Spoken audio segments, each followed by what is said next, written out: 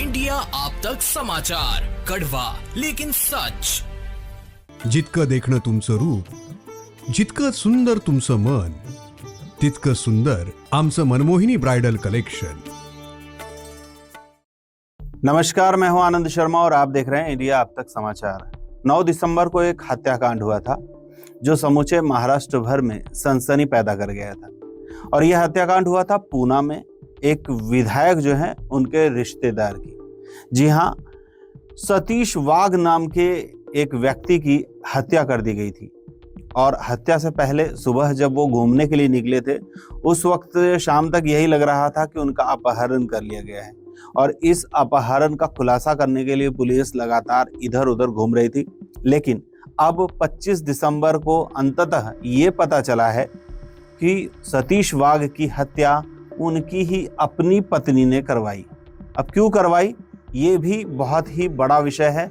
सोचने जैसा विषय ये है कि जो उनकी पत्नी थी सतीश वाघ की, मोहिनी वाघ, उनका जो अनैतिक संबंध था वो था अपने बेटे के दोस्त से। ये कहानी जो है वो अपने आप में समाज के प्रति, इस तरह के लोगों के प्रति घृणा का विषय बन सकती है। कहानी अगर आप सुनना चाहें तो कहानी ये है कि 2001 साल में अक्षय जावलकर वो अपने पिता और माता के साथ सतीश वाघ के यहाँ किराए के मकान में रहने के लिए आता है। एक रूम का मकान रहता है उनका, वो किराए पे लेते हैं और वो वहाँ पे रहने लगते हैं। ये अक्षय जावलकर जो है वो सिर्फ 9 साल का था जब वो वहाँ पर आया था मोहिनी वाघ, सतीश वाघ के घर में रहने के लिए। धीरे धीरे जो जावलकर है, अक्षय जावलकर, उनकी नज़दीकियाँ बढ़ने लगी परिवार के साथ में। अक्षय जावलकर के जो पिताजी माताजी हैं वो वड़ा पाव की गाड़ी लगाया करते थे, जबकि जो सतीश वाघ हैं उनकी अपनी एक बड़ी होटल है। मतलब दोनों जो हैं, अक्षय जावलकर वो भी होटल का से रिलेटेड व्यवसाय कर रहे थे और सतीश वाघ जो है वो भी होटल से रिलेटेड व्यवसाय कर रहे थे। ब्लूबेरी नाम का एक बड़ा होटल जो है वो सतीश वाघ का था। ये सतीश और मोहिनी जो है उनका एक बेटा भी था और वो भी सेम अक्षय की उम्र का था, इसलिए उन दोनों के बीच में दोस्ती हो गई। अक्षय का जो घर था वो उस घर पे उसका आना जाना शुरू हो गया था सतीश वाघ के घर पे, क्योंकि बच्चे के साथ उसकी दोस्ती हो गई थी।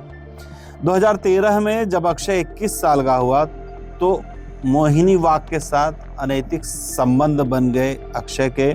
और मोहिनी वाघ उस वक्त मात्र 37 साल की थी। अभी जो मोहिनी वाघ हैं वो 55 साल की हैं। अब आप सोचिए कि किस तरह से, कितना बड़ा इनके रिश्तों में जो ट्विस्ट आया है, उसमें इनकी उम्र में भी कितना बड़ा फासला है, ये सोचना चाहिए। और कहाँ एक बच्चा, मतलब बेटे की उम्र के लड़के के साथ अनैतिक संबंध बनाना, किस तरह की चरित्र से मोहिनी वाघ को नवाजा जाए, ये तो समाज में एक चिंता का विषय बनता जाएगा। जो अक्षय था वो सिविल इंजीनियरिंग कर रहा था, उसकी पढ़ाई पूरी हो गई थी।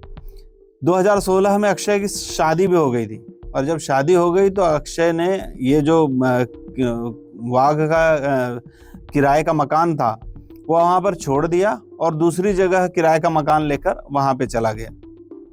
शादी के बाद भी अक्षय और मोहिनी वाघ का प्रेम प्रसंग जो था वो लगातार जारी था।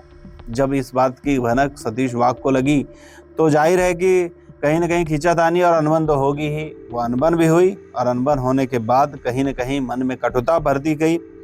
इस वक्त जब इस बात को लेकर अक्षय के साथ चर्चा की मोहिनी वाघ ने, तो इन लोगों ने सतीश वाघ का कांटा निकालने का सोच लिया और फिर रचा गया ये सारा चक्रव्यूह, ये सारी साजिश रची गई। जिसके बाद ये भी देखा गया कि जब सतीश वाघ अगर एक्सपायर हो जाता है, वो नहीं रहते हैं, तो जो आर्थिक विषय रहता है वो भी मोहिनी वाघ के पास में आ जाएगा। तो सब कुछ मोहिनी वाघ के पास आ जाएगा और सब कुछ फिर से सही हो जाएगा, सब ठीक ठाक होने लगेगा, अच्छा होने लगेगा। इस बात को लेकर हत्या करने की और भी ज्यादा लालसा बढ़ने लगी। अक्षय की मदद से मोहिनी वाघ ने हत्या करने की साजिश बनाई, पूरा सब फ्रेम रचा गया कि किस तरीके से पहले उसका अपहरण कर लिया जाएगा ताकि ये लगे कि वो हत्या नहीं है, अपहरण है, और हत्या करने वाला जो है वो कहीं ना कहीं पैसों के मामले की वजह से हत्या किया है। इसमें धुलिया का कोई शर्मा नाम का एक व्यक्ति है, वो भी उसके अंदर इंक्लूड है। ऐसे पहले तो यही बताया गया कि जो सतीश वाघ हैं उनकी जो हत्या की गई है, ये हत्या पैसे के लेन देन की वजह से की गई है, पैसे के लेन देन में अनबन की वजह से की गई है। लेकिन पुलिस जो है वो उसके जो बताया जाता है कि कानून के हाथ जो है वो लंबे होते हैं। जैसा कि हम सभी जानते हैं कि कानून के हाथ लंबे होते हैं, और कानून के इन लंबे हाथों ने मोहिनी वाघ की गर्दन अपने हाथों में ले ली। और उसके बाद जो खुलासा हुआ उसको सुनकर तो पुलिस भी अचंभित रह गई थी।